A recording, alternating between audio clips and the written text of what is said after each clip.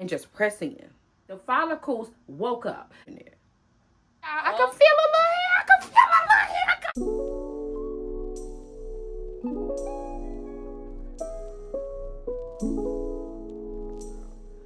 If this is your issue, then y'all know that this is a very, very sensitive topic.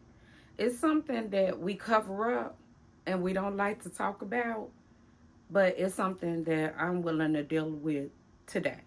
And if you're willing to deal with yours today, then stick around. We're going to have a real important conversation about edges today.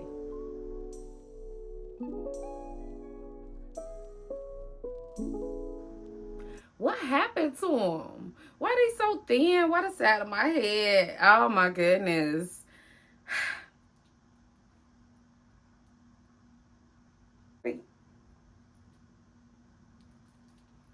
That's how I feel when you want to have a conversation about your edges.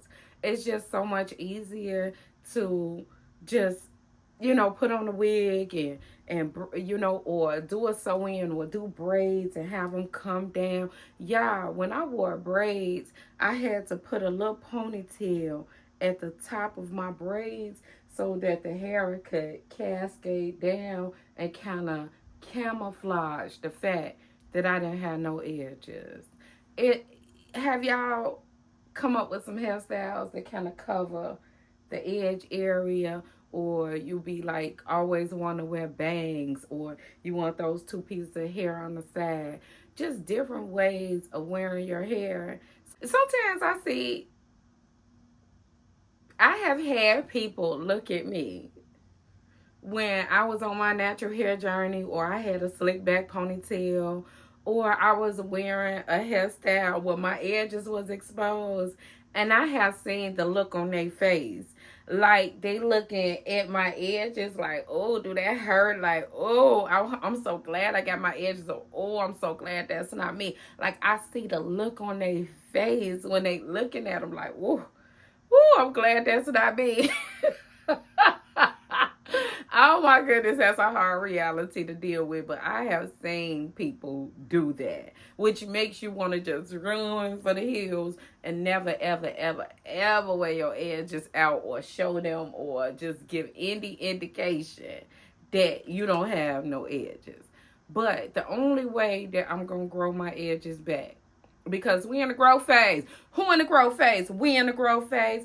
When you in the growth phase, you got to deal with some stuff that maybe you did right and maybe some stuff that you did wrong. And I'm not just talking about growing your hair. I'm saying growing whatever you growing. If it was working the way that you was doing it, you would be doing it that way. So obviously we need something else to do. And that something else to do is at least acknowledging what you were doing before so that you can figure out how not to do that and then replace it with something else. Okay. For me, I come from the generation when we first started wearing wigs. Let me take it way back.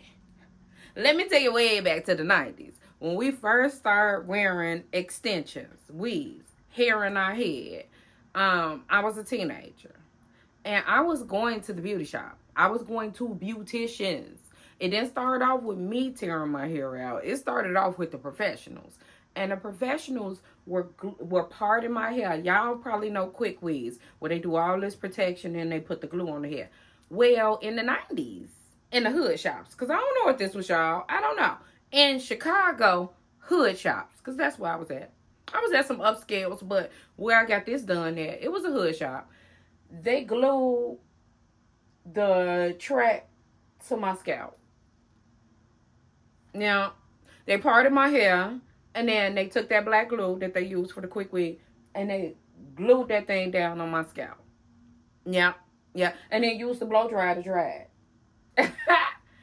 So when it was time to take that hair out, it literally was glue connected to the follicles of my hair. I'm using oil trying to separate this glue from the follicles of my hair. I did that from 15 until probably about 20. So for about 5 years, while my hair was in its baby stage, in its baby stage. I'm still growing as a person. I'm still growing as an individual, as a young person, right? I'm gluing or I'm allowing a beautician. Either way, I didn't know no better. On top of permed hair. Yeah, this hair is permed and processed. And then I'm gluing, they're gluing hair onto, they're putting hair glue onto my follicles. So that was my first 5 years. I got permed at 9. So I didn't even learn what my actual hair pattern, my hair looked like until I went on a natural hair journey in 2010. But I digress. We're talking about edges here.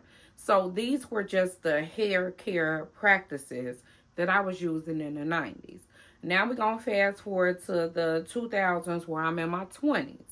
And I'm wearing a lot of braids because I'm in college at this time. And who got time to be bothered with their hair while they trying to date and be young and be 20 and all of the things? So I wore a lot of braids.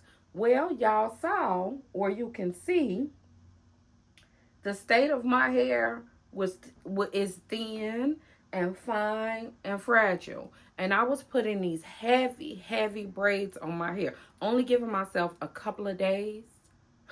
So, baby, when it was time for them braids to come out, I literally could see the few strings of hair, the few strings of edges that were holding them on all of that heavy hair. And I did that for years. Woo!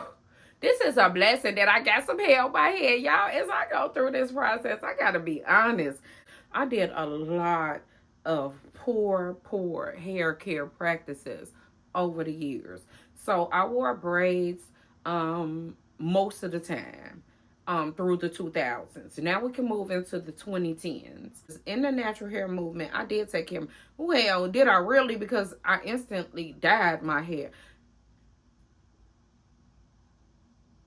I instantly dyed my hair as soon as I cut it off because I wanted it to have some color to it. Because I'm like, if it's short and an afro, let me dye. Well, of course, as soon as I dyed those edges, baby, they fell right on out. Okay. In the 2010s, I probably did a lot of sew-ins. Sew-ins. So, when I was wearing those sew-ins, my edges were just out. They were dry. I wasn't washing them. I may wash my sew-in at the 3-week mark if I was keeping it in for the 4th week. I kept because my hair was so fine and thin. As soon as the sew-in started growing out, the hairline already pushed back to the ear. But then the sew-in will push that hairline back further because of the texture of my hair. When the new growth came in, it didn't hold that track right there, in place. That track got to move it back. So now we got to move back sew-in, and the edge is already back to the ear.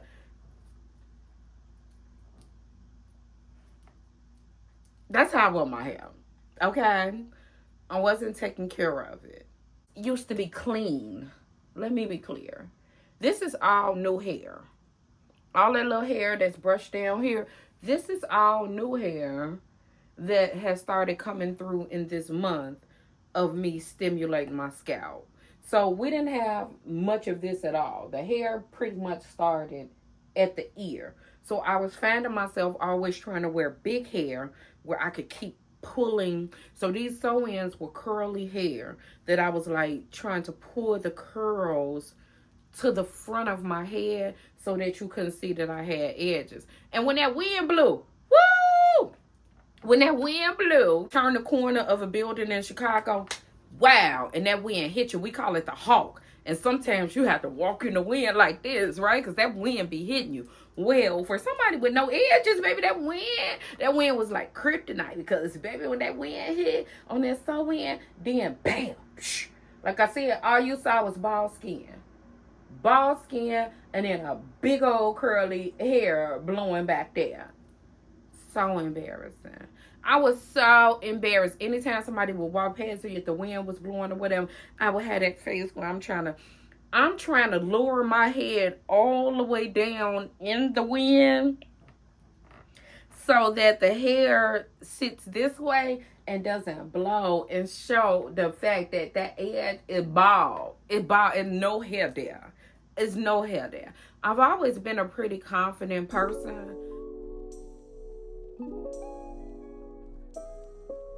Been the kind of girl that say, you know what, I'm gonna figure this thing out, but I'm gonna be honest with y'all, I was embarrassed. I don't care how much self-confidence you get. If you know something ain't right on you and people are taking you in and that something ain't right on you, it make you feel a way about yourself. And I did. I felt a way about myself, right? So moving into the 2020s, I continued the sew-ins and braids. I did a combination. Sew-ins, braids, sew-ins, braids, sew-ins, braids, sew-ins, braids. So my hair stayed at a state of probably about 3 inches and bald edges, right? I never understood what they needed. Never understood what the edges needed. I just figured since, all the follicles got pulled out in my teenage years, that this was just where I was going to be. I have been to many hair care professionals over the years. And there was never a hair care professional that told me that there was a chance of me even getting my edges back. I've gone to natural hair beauticians. That's a whole nother video. I am so traumatized by hair care professionals with this hair that I have on my head. But I will say that I did not know. I didn't know there was a chance that I could get my edges back. I didn't know that there were healthy hair practices that I could do to get my edges back. I had just conceded defeat. And if that's you, I understand. I can see I haven't had edges in 20 years. And on this year journey, I don't even know if all my edges going to come back. But I do know that there's a chance of me thickening my hair. I know there's a chance of me promoting hair growth. I know there's a chance of me getting a full head of hair. Now, how full are the edges going to be? I don't know. But and the kickoff was that onion juice. Let me tell y'all what I'm doing to get these edges back.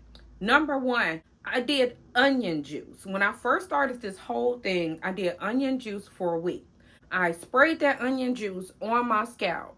And I'm here to tell y'all, for all the ladies who don't have no edges, who inflammatory scalps, right? Because I know that my scalp was inflamed because that onion juice, when I put that onion juice on my scalp, let me just say, this part of my head, y'all, that was bald, I just pretty much ignored it, right? I didn't give it a whole lot of attention. It was bald. There wasn't no hair on it. I dealt with the hair that was on my head.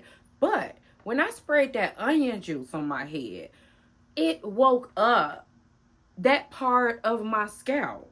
My follicles, them dormant follicles that was sitting there, just sitting there, just laid back, lazy. Them lazy, laid back, dormant follicles. Oh, they woke up. That onion juice said, hey, I'm not exaggerating, y'all. I don't know if it's going to do it for you, but I'm here to tell you that it did it for me, okay? In that week of that stinky, disgusting practice, because I'm doing it again. I'm going to do a video, y'all. The onion juice is not no easy thing to do. The smell, the feeling, all of that. It's not easy to do, but this is a situation for me where it's going to work or it's going to work. So I'm doing all of the measures, right? It woke up the follicles. The follicles woke up. And the best way that I could describe it is, I was telling my husband, I said, I feel like I could feel my hair growing. I couldn't see nothing. But at this point, these parts of my hair that were pretty much numb, before I started doing things to it, I felt like this part of my head was just numb. Just numb. Like I didn't feel it. It was no hair growing there. It was nothing happening. It was like it was dead skin. It woke up. I am completely aware. I can feel this. I can feel hair growing. I know hair is coming. It woke it up. Okay. Number 2, I started doing daily scalp massages. daily scalp massages. And I know that when you look up on the YouTube and they start talking about the scalp massages, everybody is doing this. And I do think that the fingertips is a part of it. But for those of us, if you anything like me and you ain't got nothing but shine, you got shine, skin, and bone there, this is too aggressive. Those fingertips are too aggressive for that area. So you want to get in there with the palms. You see this fatty part? Oh, our Heavenly Father didn't do nothing wrong. He made our hands the perfect size to do everything that we need to do for our head. Okay, so you want to take these fat parts of your hands, and the first place I think to get everything going is to lay them right there above your ear and just press in and feel that, right? Feel that pressure. Now you want to get to moving it. Oh, and then you want to, you can use this corner. You want to take that thing up. You want to get in the front of your scalp, and you want to get that blood circulating. Okay? So the second thing that I did was I started doing daily scalp massages, and I get that blood circulating in the skin, get that blood circulating to optimize hair growth. I also do it in the inverted method where I lean down and let all that blood circulate to the top of your head, because my edges just weren't my issue. I have some balding in my crown too. So bringing that crown to the front. Okay. So number one was kicking it off, right? I kicked it off with the onion juice.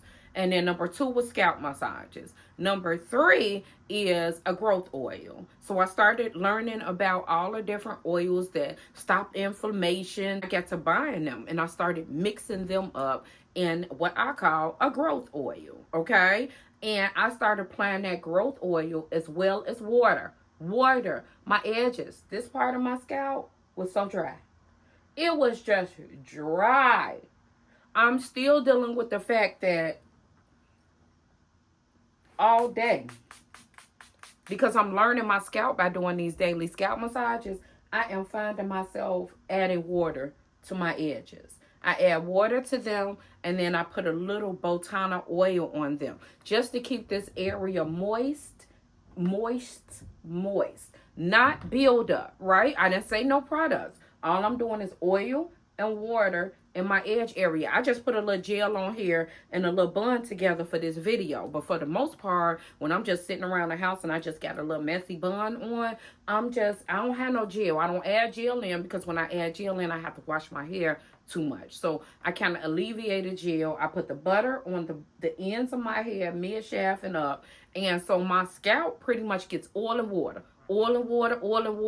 and massages. That's how I plan to grow my edges back. Real simple process. I did a lot throughout decades. I can feel it, I can feel it. Oh my goodness, it's coming. It's going to happen for me, and it's going to happen for y'all. Get you some water. Get you some onion juice, girl. Get to massaging that scalp. You don't have to do the onion juice, because the onion juice, I'm going to show y'all. And maybe we can maybe we can grow some hair, and then we can see what that onion juice thing. But that onion juice. But oil, make you a growth oil. Learn about the essential oils. Learn about carrier oils. I'm going to do a video on it. Hopefully it'll be my next video. Water, hydration, and doing your scalp massages properly. And that's how I'm growing my edges back. Come back next week. Every month I'm doing month updates, because I'm inside of a hair growth challenge. Before I could even get to the point where I'm trying to go from shoulder length to bra strap length, really trying to do all of the other stuff that the girls are doing, I got to get a healthy scalp. I got to get a healthy head of hair, and I need to get a rooted routine that's going to help me maintain a healthy head of hair. Once I do that, we can move on to fun things. We can do styling. We can do all the other stuff. But for this year right here, we're going to learn how to grow us a full head of healthy hair. Come on now, y'all. If you with me, then subscribe and join the journey. If you ain't with me, thank you for watching this video. Let me know how the hair massages are working out for you. I'm doing that. And I'll see y'all next week. I love y'all. Thank you for coming.